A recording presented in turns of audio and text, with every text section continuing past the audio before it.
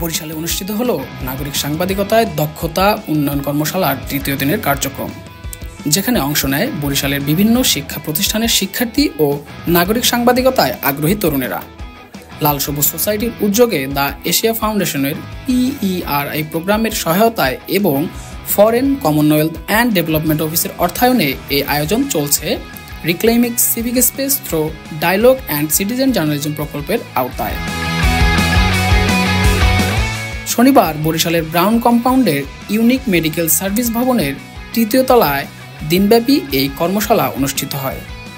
হাতে কলমে এবং নানা ইন্টারেক্টিভ কার্যক্রমের মাধ্যমে এই কর্মশালা পরিচালনা করা হয়। দিনের বিশেষ session reporting skills and interview techniques পরিচালনা করেন সময় টিভির বরিশাল ব্যুরো প্রধান অপূর্ব অপু। এ সময় তিনি তথ্য সংগ্রহ, সাক্ষাৎকারের কৌশল, প্রশ্ন তৈরি ও সূত্র যাচাইয়ের গুরুত্ব তুলে ধরেন। উইদাউট এভিডেন্স কারোর বিরুদ্ধে আমি করি না। এখন হতে পারে কোনো স্যারের বিরুদ্ধে সে তার সাথে কোনো একটা ঝামেলা হয়েছে, সে মিথ্যা কিছু দিল, আমি সেটা কিছু ছাপাই না।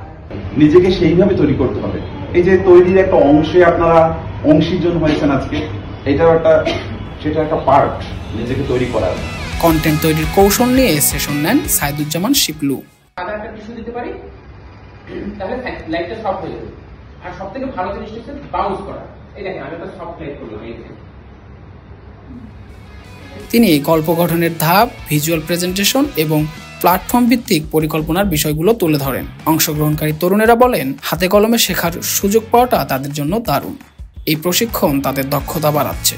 আগামীতে আরও দক্ষতা উন্নয়নমূলক প্রশিক্ষণের প্রত্যাশা করেন তারা। আয়োজকরা বলেন, এই ধারাবাহিক প্রশিক্ষণ তরুণদের দক্ষতা বৃদ্ধি এবং নাগরিক সাংবাদিকতার চর্চা জোরদার করবে। মোজাম্মেল হক হৃদয়, লাল সবুজ প্রকাশ, নিউজ ডেস্ক।